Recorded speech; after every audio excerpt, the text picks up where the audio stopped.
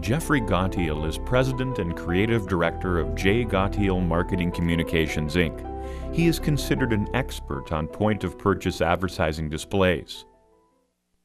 Point-of-purchase material is one of the most effective and influential forms of advertising there is today. If we think about it, point-of-purchase material is at the time of purchase. It's when someone has cash in hand and is ready to make that purchase decision. I was asked to talk today about the tobacco industry's power wall, or the cigarettes on the back wall in a convenience store, and how effective this is as a form of point-of-purchase material, or how much influence it may have on people, namely children. If we think about it, the most important spot to put any type of merchandise is by the cash counter. And why I say that is because when you walk into a store, when you walk out of a store, if you make a purchase, you have to come to the cash counter itself and pay for it. So you're always exposed to this tobacco wall, or this wall full of tobacco products.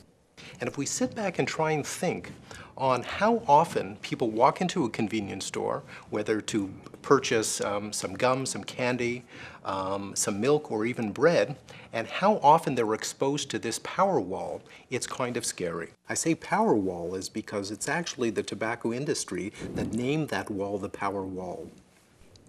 They actually spend $77 million a year just to be given the right to put their merchandise on that wall. And that's $77 million a year spread out to all convenience stores. If you decide you're looking for laundry detergent and you walk into a supermarket, you either choose or not choose to walk down that aisle to make that purchase decision. When it comes to making a purchase decision in a convenience store, unfortunately, you have no choice to avoid this power wall or back wall full of cigarettes itself, because it's by the cash. And it's strategically positioned there for a good reason, inasmuch as the candy bars and everything else position the same place.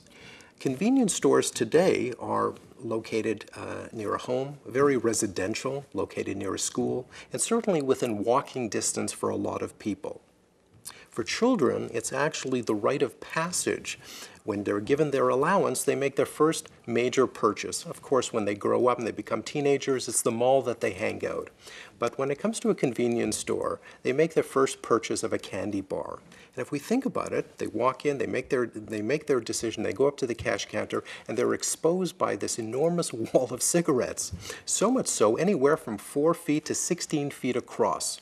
The scary part, we think, is that if a child goes into a store 3 to 5 times a week, and you times that by so many weeks in a month and so many months in a year, and a process of so many years throughout high school, how many times are they exposed to that same message?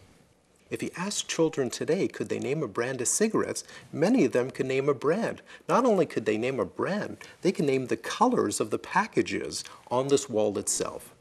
Don't you think that's maybe too much information that they know? With 7,000 convenience stores out there today, the message is consistent across all lines. All convenience stores advertise the same power wall, tobacco wall message. Same colors, same shelf space, the same level of cigarettes. If the product is restricted, so should be the message. I think it's extremely important to put the product, and the product we're talking about today is the tobacco wall, the power wall.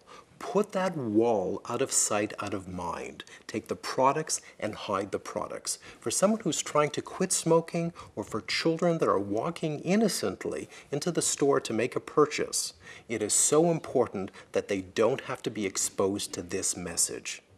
Thank you. Mr. Gottheil's advertising agency has designed and manufactured displays on a local, national, and international level for such clients as Ontario Lottery, Radio Shack Stores, Laura Secord Chocolate, and Weston Bakery.